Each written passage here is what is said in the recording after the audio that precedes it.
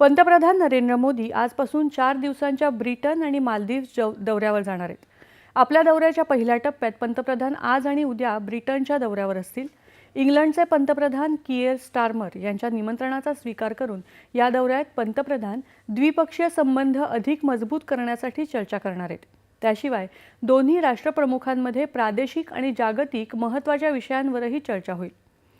या दौऱ्यात पंतप्रधान इंग्लंडचे राजे चार्ल्स III यांचीही भेट घेतील. या दौऱ्यात भारत ब्रिटन संबंधातल्या सर्वसमावेशक राजनैतिक भागीदारीच्या प्रगतीवर भर दिला जाणार आहे.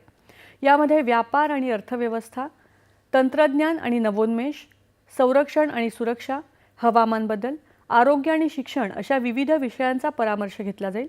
पंतप्रधानांचा हा चौथा ब्रिटन दौरा असेल.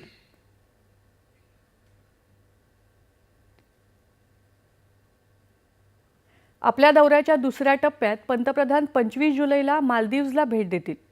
मालदीवच्या 60व्या स्वातंत्र्य दिन सोहळ्याला पंतप्रधान प्रमुख पाहुणे म्हणून उपस्थित राहणार आहेत. या दौऱ्यात ते मालदीवच्या राष्ट्राध्यक्षांचीही भेट घेतील. तसंच भारत मालदीव्स यांच्यातल्या सर्वसमावेशक आर्थिक आणि सागरी सुरक्षा भागीदारीच्या प्रगतीचा दोन्ही नेते आढावा घेतील.